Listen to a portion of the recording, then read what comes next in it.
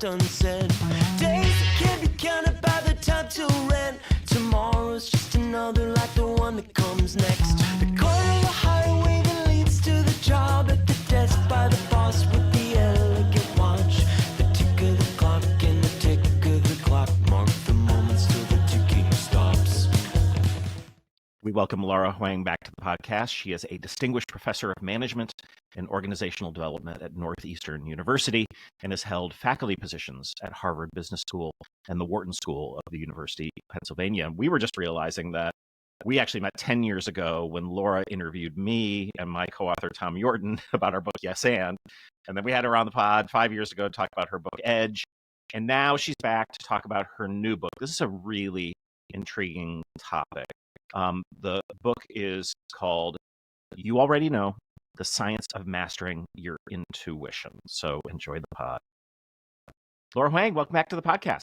Thank you, Kelly. It's always a pleasure. So, we go back now more than a decade. So we do. We go back a decade. Look at us. So in 2008, you actually began work on your PhD dissertation, which was about gut feel in the world of investment decisions. Yes. And you note in the book that dozens of esteemed scholars told you not to study this topic. Why? Yeah. It was funny because, the term gut feel, just even starting there, the term gut feel is so loaded in the sense that we all think we know what gut feel is, but then when we actually dig a little bit deeper, we all have very, very different definitions of what it is, right? So everything from, some people think of it like a mystical kind of superpower. Other people are like, no, it can't be trusted, right? It's something that you need data to back up and to really trust, right? So there were all of these sort of lay definitions of what gut feel was.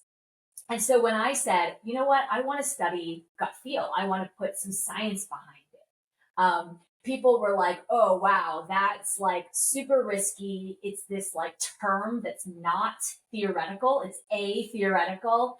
Yeah. You're never going to get a job. It's not like you're studying something that's like rigorous and academic. It's something that's seen as like this, everyday kind of thing that people talk about. So that was where I just got tons of resistance around this topic in general.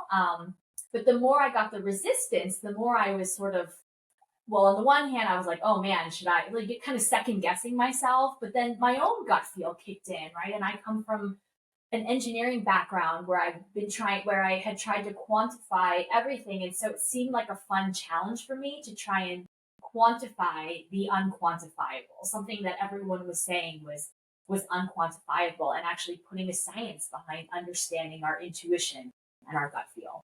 All right. So the first thing you do is distinguish between gut feel and intuition. How are those two things different? Yeah. So that's, starting from, what I just talked about, right? Even these two words, gut feel and intuition, we tend to use them interchangeably. Yeah. And that's part of the problem. So what I found was that, actually intuition and gut feel can be thought of as two very separate entities, right? When we have a gut feel, it is this moment where we have this moment of sort of understanding, but there's a process that leads up to that, right? So there is what is called an intuiting process. And at some point along this process, we have a gut feel outcome. And our gut feel outcome is really the result of everything that's happening during this process, where we are taking our personal experiences and our expertise and all the things, our culture, our background, even our trauma, but also data, right? The data that we're seeing. So data is also a piece of this. And we're combining this data and our personal experiences and our background and our culture and all these things. And it culminates in this outcome, which is our gut feel. And the reason why it sometimes gets tricky is that this long intuiting process is not always long, right? Sometimes that process can be a couple of seconds. Sometimes it's decades. But there's always some sort of a process that culminates in this summary, this like executive summary gut feel. And that's what that outcome is. Okay, so we should probably introduce priors and prompts to this, or what, I don't know if it's 2x2 or what it is in Yeah. terms of, because my brain doesn't think that way. Yes. But it's really important, which is because you sort of alluded to it already. So we have this intuitive process, which Yeah. is, and this stuff isn't linear, so know that as well. But gut comes in a decision making process when you decide to sort of act on it. Talk to us about priors and prompts, because data figures in there. So absolutely, right? So this is where, this is where sometimes, right, even though this is the science behind it and I'm trying to quantify the unquantifiable, because we're trying to think about it in terms of like really disentangling what it is and putting the science behind it, it's not always parsimonious, right? It's not always super easy to encapsulate what this is. And that's what makes it hard. That's why we sometimes are like, no, it's easier just to think of this. Think of gut feel as this like superpower, mystical kind of thing that suddenly appears and is subconscious, right? It's not linear, right? Like, as you said, it's not we have to explain it linearly, but Yeah. and in terms of like writing a book, you have to read it linearly, but the actual process and understanding all of this is not linear at all, right? And so what I sort of started out doing was first understanding, okay, well, we have to kind of move backwards, right? When we have that feeling of gut feel, it portrays itself or it manifests itself to all of us in different ways, right? It's very unique to each of us. And the priors and prompts that you bring up is one of the ways that I try to study this and run, studies and experiments and like gather data to kind of understand how does it manifest itself. So I'll step back a little bit and then I'll talk about the priors and prompts piece, right? So what I found is that our gut feel really appears to all of us in one of three ways, right? And so the three ways, these general kind of buckets, right? The first is as a eureka moment, right? So we have this like, yes, that typical kind of eureka moment. The second is a spidey sense, like, like something doesn't feel right. Like, I don't know what this is, but something's like, I have this gut feel that something's not right. That's spidey sense. And the third is a jolt, right? It's this moment of recognition where we realize that something has changed, something has shifted. Like what we thought we knew before, what we thought we had always understood is now really, really different. Okay, so there's these three sort of categories: the eureka moments, the spidey senses, and the jolts. Now we feel these differently, right? So my eureka moment might manifest itself very different than your eureka moment, right? My eureka moment might feel like uncomfortable, or it might be like I might get a moment of excitement, right? Yours, you might feel physically, for example, in the gut of your, right, in your like lower, stomach. I don't know. So we feel it differently. We feel it differently. We have different signals, right? Physically, emotionally, cognitively, right? And so on and so forth. So, but these are the sort of general kind of groupings. Now, the priors and the prompts, that's how we actually start to realize, right? Eureka moments is where there's a match between our priors and prompts. Spidey sense is where there's actually a mismatch between the priors and prompts. And jolts are where we're seeing a complete shift in our priors. So let me explain a little bit about what priors and prompts even are so that we can see when there's a match and so on and so forth. Mm-hmm. So priors are all of the things that we know, all of the things, and it comes from Bayesian statistics, right? These priors and these prompts. So priors are just things we know from our experiences, our expertise, the people we've encountered, the times when we've been backstabbed, right? Everything, right? These are all of our priors. And a prompt is something that comes up at that moment that takes us to sort of a level of awareness, right? So it might be like, someone says something and it cues something for us. Or it might be that we read something, we're reading the newspaper and there's one phrase. It might be that, it could be something much larger, right? Like we see that we were in some sort of an accident, or, there's these things that happen that are the prompts. And when there's sort of this match between the priors and the prompts, we might realize something new.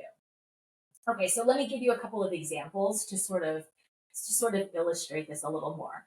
I'll start with let me start with the jolt, right? Because that one's maybe Okay. a little bit more abstruse and harder to sort of capture. So um, one of the people that I spoke with, and I talk about in my book is um, a man named Dan Gusti, and he's a really interesting person because he is a world famous chef.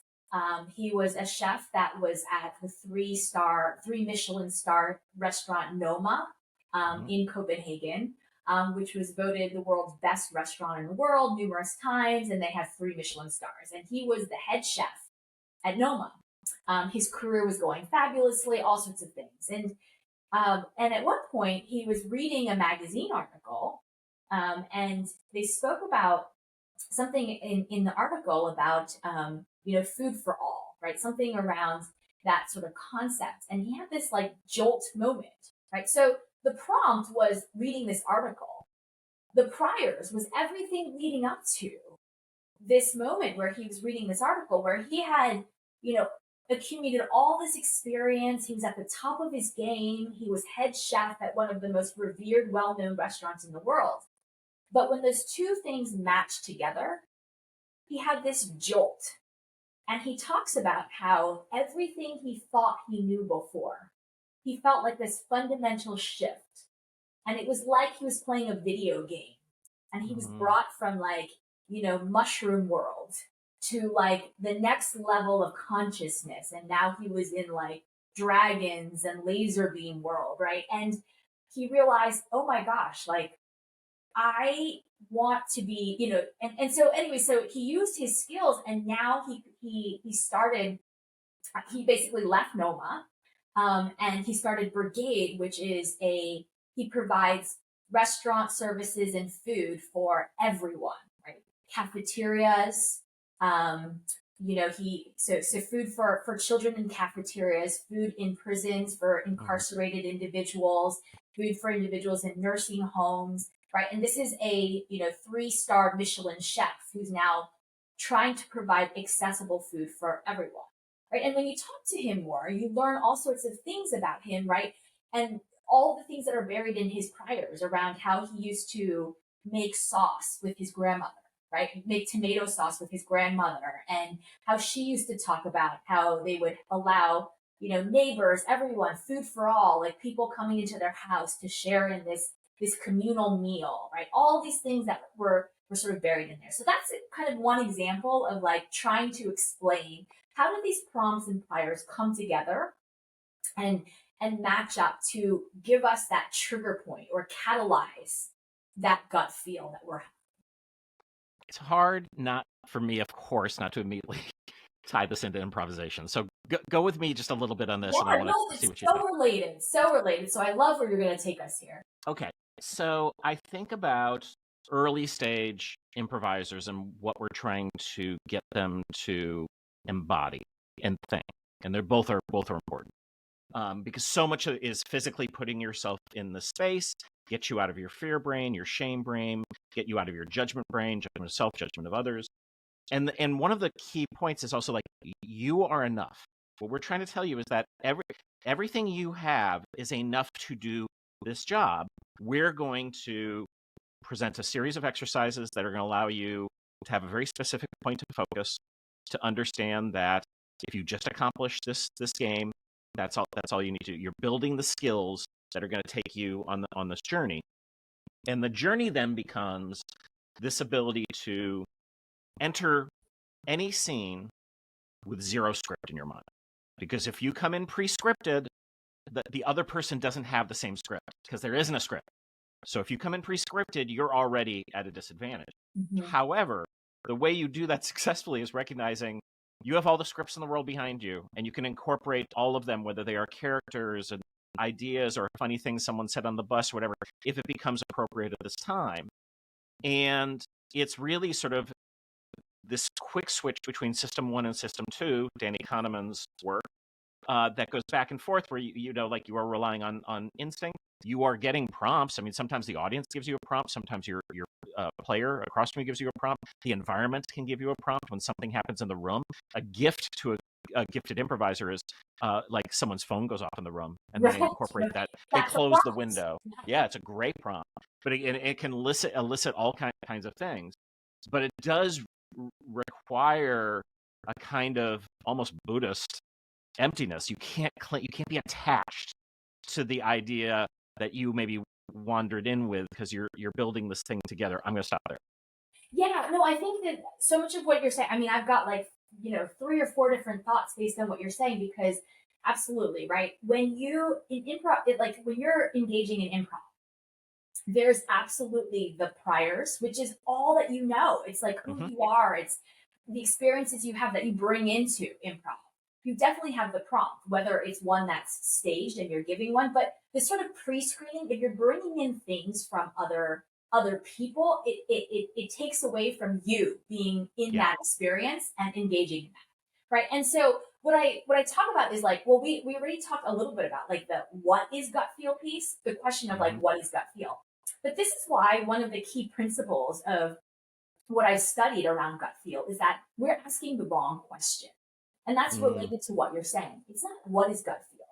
It's who is gut feel, right? Who is gut feel? And the gut feel is you, right? Your gut feel is going to be very different from my gut feel, even if we're in the same exact situation, right? We can have all of the same context. We can have all of the same parameters. We can have all of the same, things that we're interacting with, but you will have a very different gut feel than I will, because you bring with yourself, right? Different background, different experiences, different expertise, different learnings, all sorts of things. And it's the same with improv, right? If you were improvising a scene where a cell phone went off, and I was improvising a scene where a cell phone went off, we should, in fact, improvise in very, very different ways. And that's going to make it successful. Because if I tried to do it in your way, or you tried to do it in my way, it really would be, it wouldn't come off in the same way, right? So I think that's something that's really important to sort of recognize, is this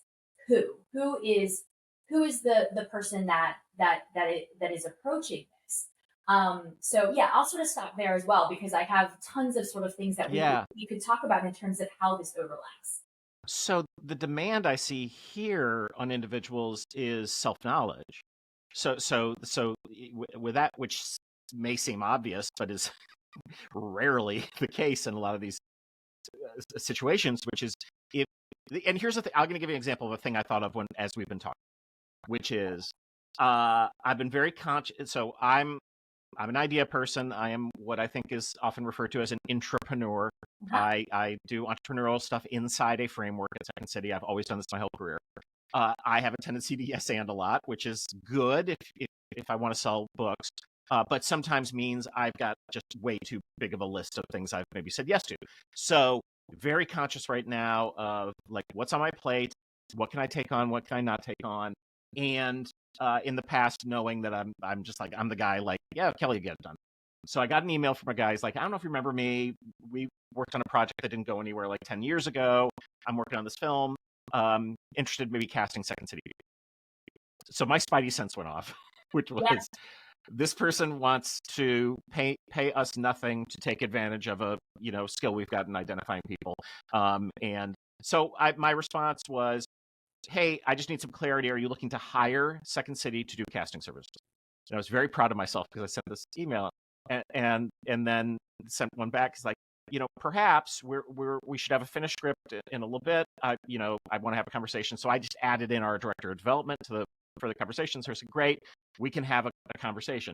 And the good thing about this, from my perspective, is I created a boundary. I created a sort of an expectation both for myself and for this person that nothing's for free.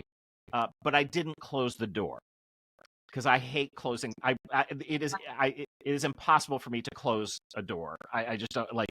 I've never understood that. There's who knows what's standing behind the door. However, I can't keep the door open. So it's like, and I'm combining like past experience, intuition, my gut feel in this what's maybe seemingly a minor thing, but it's not in terms of like what are we but the tasks we do every day. Yeah. And this thing could have thrown me off for like a week. Yeah, so I think what you're sort of recognizing. Okay, so first of all, like when I even just from the very simple piece of like you can't burn bridges, you can't close Yeah. doors, right? Sometimes we need to like burn bridges. I mean, we all come from this standpoint where we're trying to get people to agree with us and we're getting people to see our point of view and we're trying to get, but sometimes we need to burn those bridges because if we don't burn those bridges, then we're never able to walk across the other bridges that are far afield because we're always sort of looking backwards, right? So, I think that's one thing that when you're saying that, I thought of that, right? We want to close some doors, not all of them, right? We don't want to just we don't want to be, we don't want to be carelessly closing doors and burning bridges, but sometimes you just know, right? And you just don't want to admit it to yourself, and that's part of what the gut feel like. You already know that there's some things, there are certain people, there are certain habits, there are certain tendencies, there are certain just things in our lives that we need to be able to rid ourselves of. There's always this advice like, hire slow, fire fast. And I don't mean that like, it's not so rigid. Like, I don't want people in corporations to be like, what? Fire fast? What about all these? But, you get my point, right? We should be. No, we delay that all the time. And we always know. Yeah. Bringing new things into your life slowly, being very methodical and careful, but ridding yourself of things very, very quickly. So anyways, that's my first point that I was going to say to that. The second is like when you were speaking a little bit about, the sort of prompts for yourself and how like even back when you were talking about the cell phone going off. Yeah. That like the cell phone going off and that's this gift. Yeah.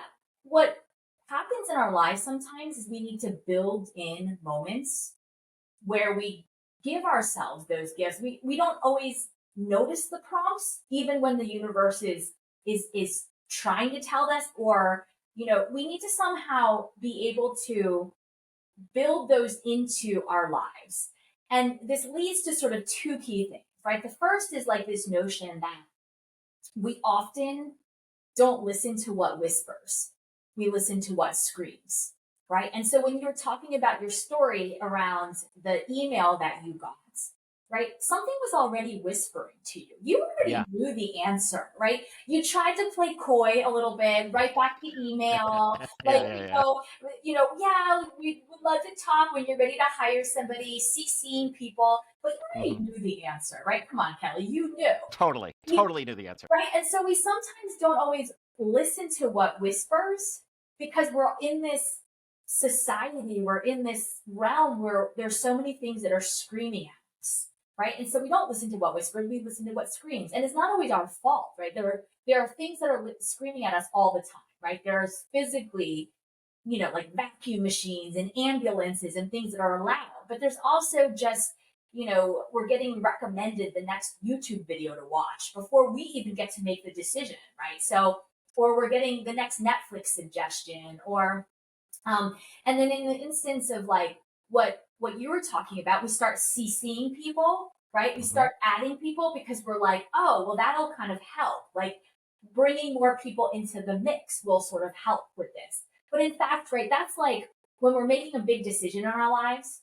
what do we usually do? We do that. We go to people that we know and we're like, what would you do? Right? Here, let me explain the situation. What do you think?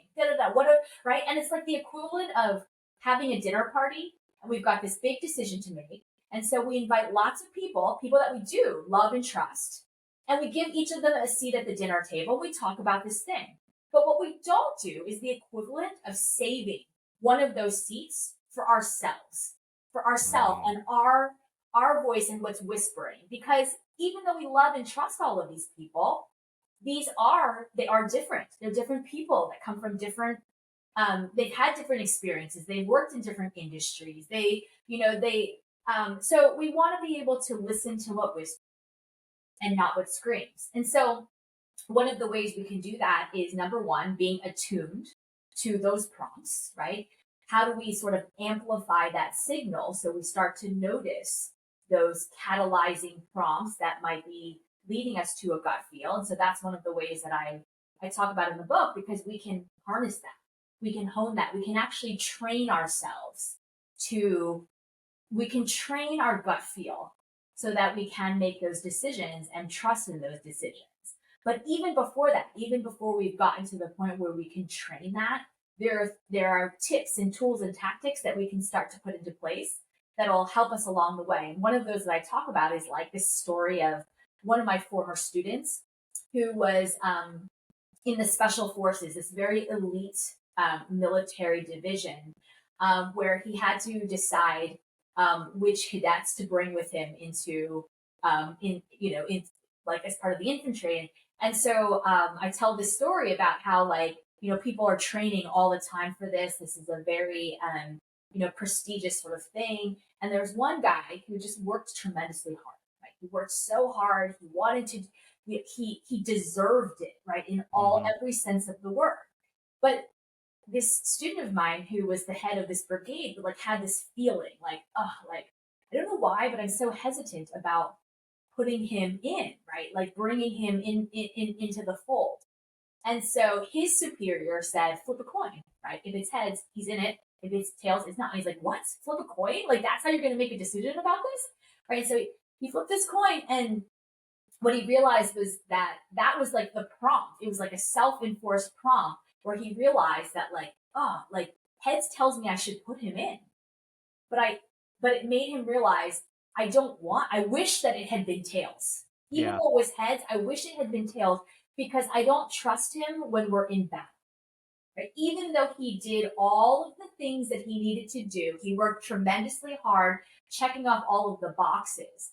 There was something around, like, now I'm putting him in charge of other people's lives. Now I'm actually, this was a guy he really liked, he really respected, but there was a scarcity to it where he can only put one person in that position. And he had to put someone where he was going to entrust other people's lives, including his own, with this person. And so when he said, I wished it was tails, right? That's what sort of prompted and allowed him to see that gut feel.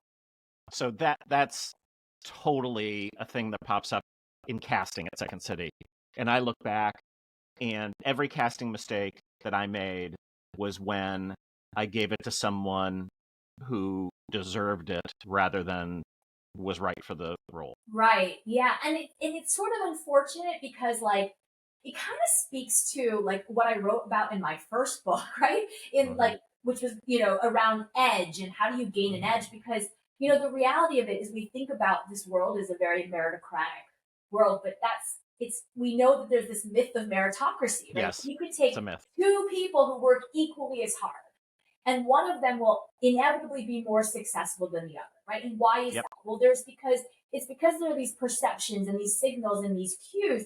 And so my first book was all about, like, actually flip those obstacles in our favor. How do we flip the adversity, the constraints, even the stereotypes to work in our favor, right? And so it's just about having much more authentic, deeper, richer interpersonal connections with people, because there is the case sometimes where we need to rely, and your example, we do need to rely on our intuition and our gut feel in many instances, because we will never have all of the data. Data is 100% a part of our gut feel, but data will only ever encompass 80% of what we need to know in making that decision. And so we need to be able to hone and train our own mental models and schemas and prototypes and patterns so that we can actually be making those decisions in a way that we can trust and rely upon. I want to talk to you about Chapter 8. And this is where you talk about sort of the embodied nature of this. So one of the things that I always talk about, and I think is important with regard to improvisation, is it's rich in movement, that there's it's embodied learning, meaning you sort of feel what it's like to do the thing which we think is very important in order to then successfully or wisely do the thing that you need to do to be successful. And I've gotten into this argument with people like Scott Barry Kaufman, my dear friend. Yes, yes. I know you, Scotty, about the body and the mind and where it's connected to where it's not.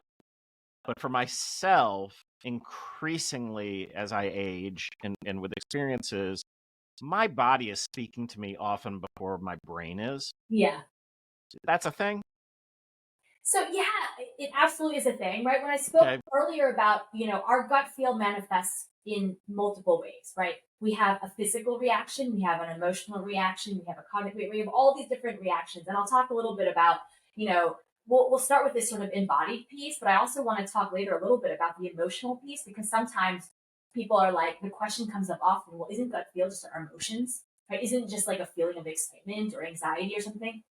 So we'll get there in a second, but the physical, the embodied piece is so critical, because this is one of those things that sometimes people are like, oh yeah, whatever, like, okay, like we physically, oh, it's about the gut, right? Like, oh, the gut feel, like you feel it in your sort of thing. Are we now getting to like this new age kind of thing where we need to take probiotics and all that? No, it's not quite.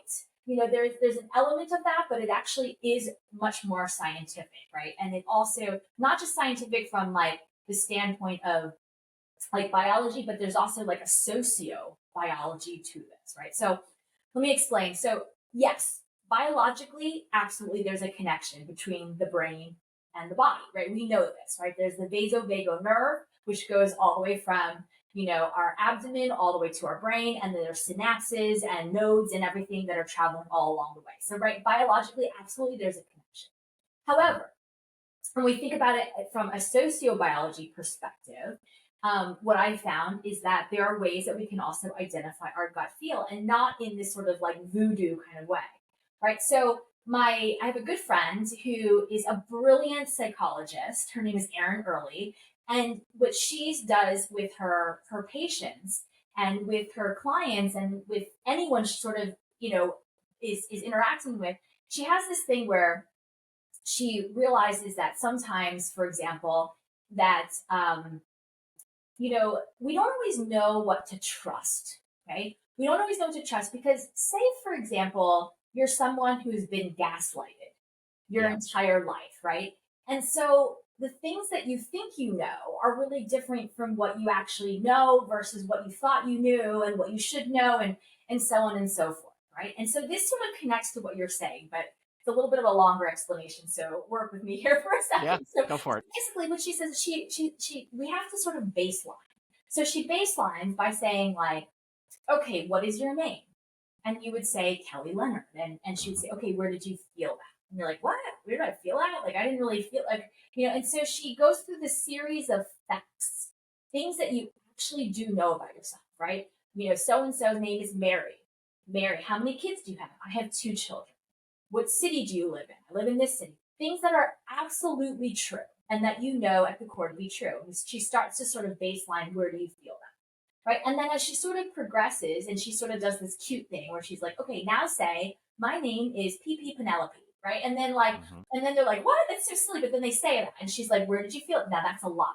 Right. And so we start to go, what she does, you start to go through and she baselines. And over time, what you realize is that your mind might lie to you in certain ways, but your body doesn't. And there's certain places where you start to feel it. Right. You might feel it in the crook of your neck. Right. You might feel it in your shoulders. Some people might feel it in the pit of their stomach. But there are certain places that you do kind of feel things. And I think that's really important to sort of make that connection so that when you have a spidey sense, certain people might feel it a certain way.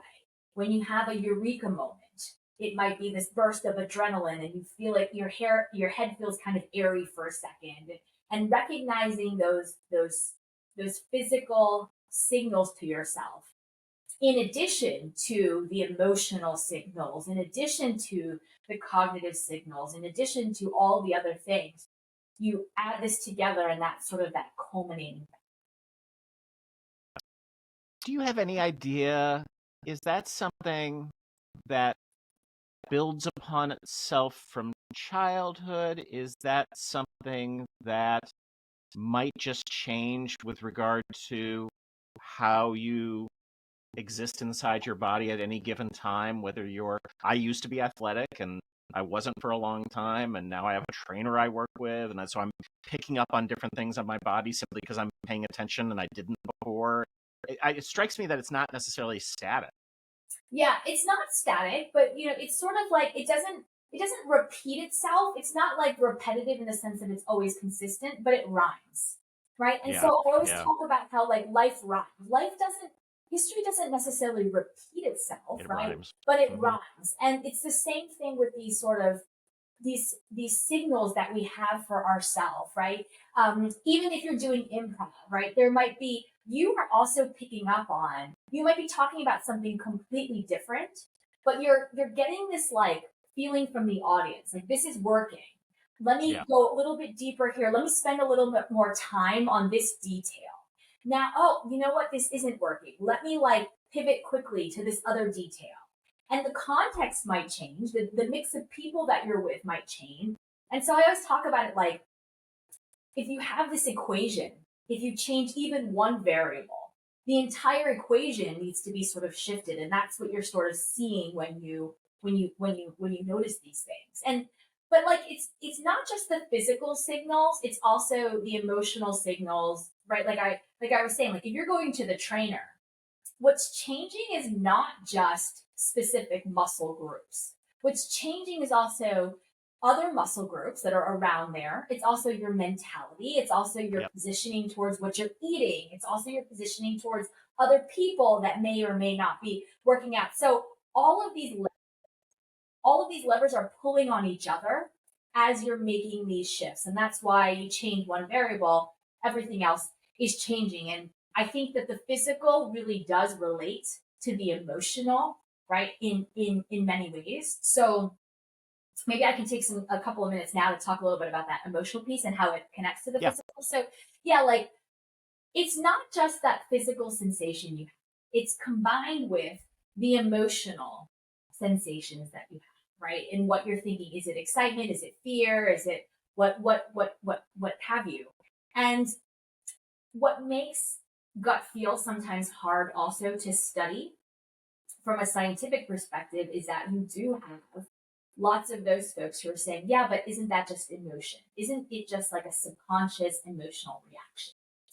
And the way that I sort of think about it is like, gut feel and emotions are a component of our intuiting process. They're a component of gut feel.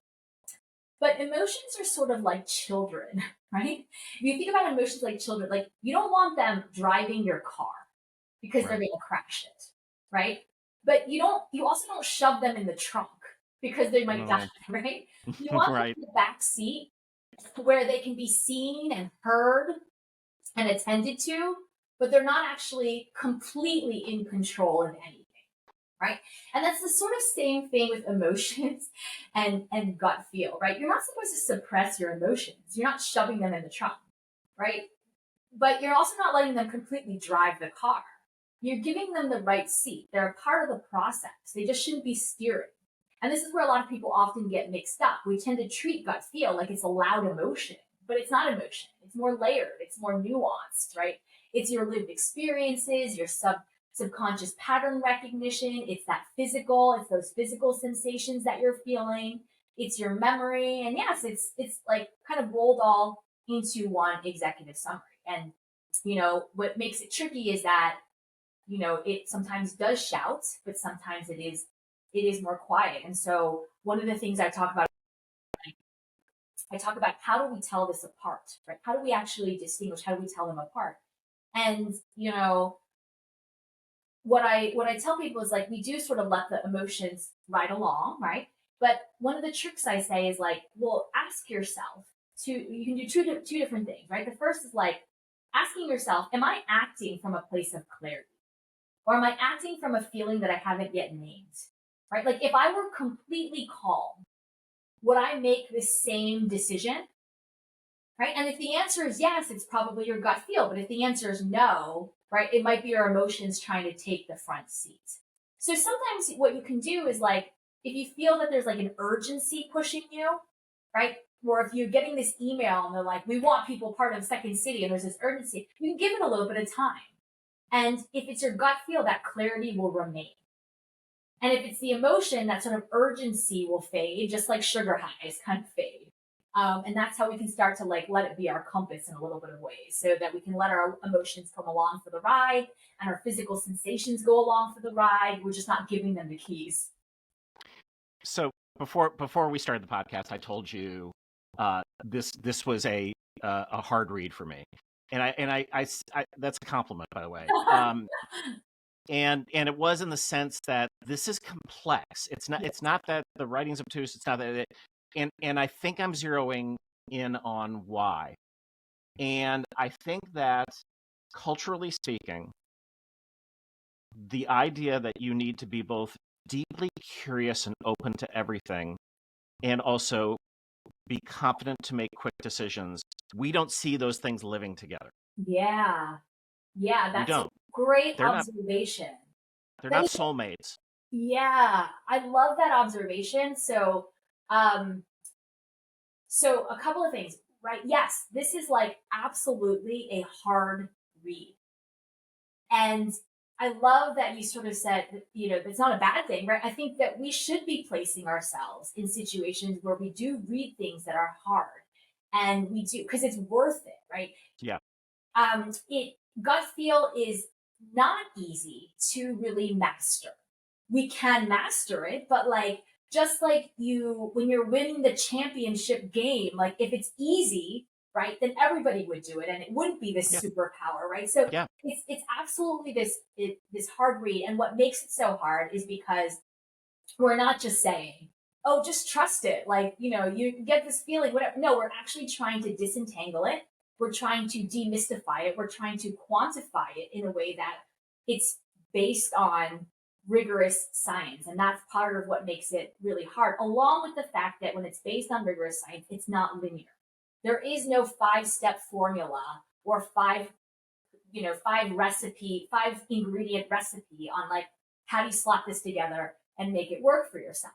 And when you add to that your really interesting observation about, we are told to be innovative, to be curious, to be like disruptive, even in this way that that will reward itself because you're unique and you're different and you're innovative and all of these sort of things. But you couple this with the fact that doing that means that you're sort of shooting by the seat of your pants. You're always open to opportunity. You're always like being very improvisational and engaging in like bricolage, like MacGyver style kind of thing, right?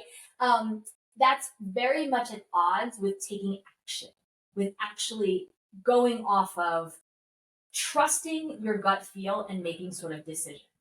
But it's such a except in improvisation, because the audience is not going to put up with you just being quiet or playing around. They want to get to the joke.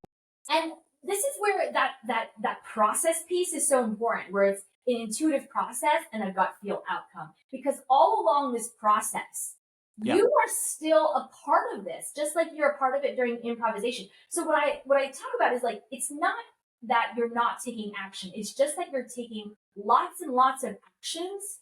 And this is a really critical point. Gut feel is what makes your gut feel so powerful, is that you do take action, but you continue to iterate on that action, making it right. Just like in improvisation, you have to act on something, but you're constantly bobbing and weaving and adding new things and subtracting new things and being able to sort of iterate along the way to make that process, to make that journey very worthwhile by the end. And so, your audience leaves with like, that was incredible. I love how they were talking about Catherine Zeta-Jones. And from there, they're talking about, alpha, beta, zeta, and like Greek letters. And from there, they went on to talk about, Roman alphabets. And then they went on to talk about Cicero and, Julius Caesar. And, it's like that journey, right? And so, in the book, I also talk about like semantic distance, like distance between things. And that's like that same distance, right? We the distance between Catherine Zeta-Jones to like Roman, you know, like we're looking at each iteration in between as well as like that entire journey. And so that's like part of the gut feel. Like from tomatoes in the case of Dan Busti, tomatoes to food for incarcerated individuals.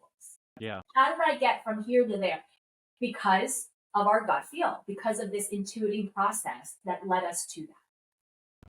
I did a panel last week for Chirp Radio, which is an independent radio station here in Chicago. It was their 15th anniversary, and there was and the panels were sort of prominent Chicagoans. Jim DeRogatis, who sort of exposed Kanye and was a writer for the Sun-Times, music writer. Yeah, so he sort of was the moderator, and then there were chefs, Doug Sohn, who's known for hot dogs, the hot dog place, Tony Preckwinkle, who is the Cook County Board President, myself.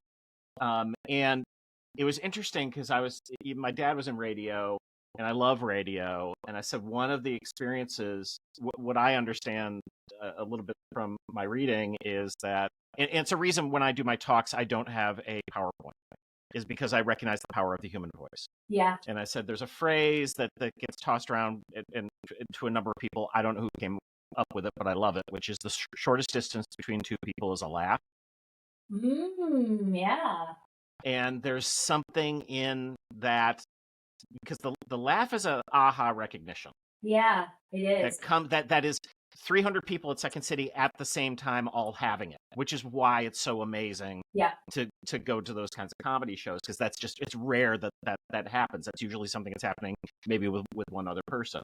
But the alchemy that led us there is everything you talk about in your book. And it really is, because we do this, we create the show over a 12-week process. We're iterating from the audience. And I love that you brought up subtracting, because I think of Leidy Klotz and the power of his book, because we never think to do that. And it's often where it's like you strip away, and that gets to the better laugh. That gets to absolutely the quicker laugh. Right. There's research that shows that when we tell people when we just tell them, how do you improve this, right?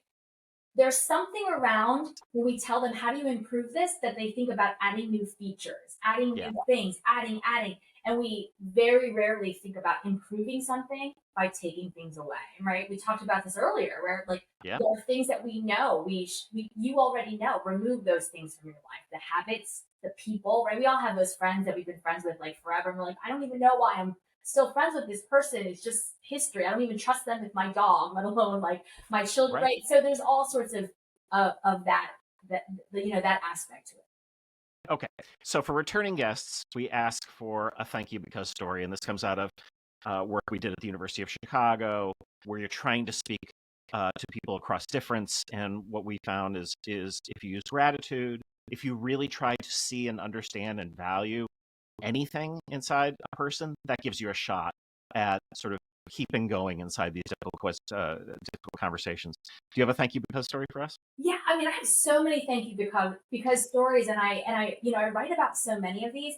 A lot of the difficult situations that I typically have are usually because there's some sort of a preconceived, either it's like, it can be anything from like a student who is like, wow, she's going to teach me about finance. Like, she's going to teach me about economics. Like, how can I be learning this really deeply quantitative thing from somebody who doesn't look like, right? Or it can be like a client that I'm working with that's like in financial services, and, they all look a certain way and dress a certain way. And I can immediately tell that the content is going to not land how I think it's going to, irregardless of what the content is, just based on who I am. And, there's lots of those sort of difficult situations. So maybe I'll tell like more of a generality, like, because it's anytime anyone is facing something where they're like getting the door slammed in their face, or they don't look the right way, or belong to the right networks, or anything along those lines, I think the way to navigate that is really this notion of delight, being able to delight them. And delight is something I talked about a little bit in my first book, but I also talk about in my second book, delighting your customers, delighting your suppliers, delighting your bosses, delighting your counterpart, anyone that you're sort of interacting with. Delight is not this, it's not it's not necessarily positive or negative, right? It's this factor. I kind of like what you said, like the shortest distance between anyone is a laugh. I sort of think about that. Yes, and right. Here's my yes and. It's laugh and it's also delight, because delight doesn't have to be about making someone laugh. It's about making them stop for a second. Yeah. And pausing and reconsidering things in a little bit of a different way. And that's what laughter can do. But that's also what, this changing your perspective on something. So it's like it's like stopping the music. You're out dancing somewhere, and all of a sudden the music stops for a split second and then comes right back on. Or the lights go, come on really quickly and then come back off. Everything's still the same, but it's dislodged something where you're now like, oh, wow, like oh my gosh, now I'm feeling kind of awkward about the way I'm dancing, or, oh, this person's here. I didn't know that they were here. Like, it shifts something and changes something. And I think that when you're able to do that, that's when you're able to really like have that gut feel or have that intuition, or really be able to steer things, and trust that you're seeing a new like level of abstraction. This all makes me think, early on in understanding that Second City has this corporate division that sells this work, I would get many people being like, oh, you're selling play. And I'm like, well, we are, but I am never going to say that because no one will buy play. Right. They'll buy improvisation. They see that, and improvisation is starting to be studied.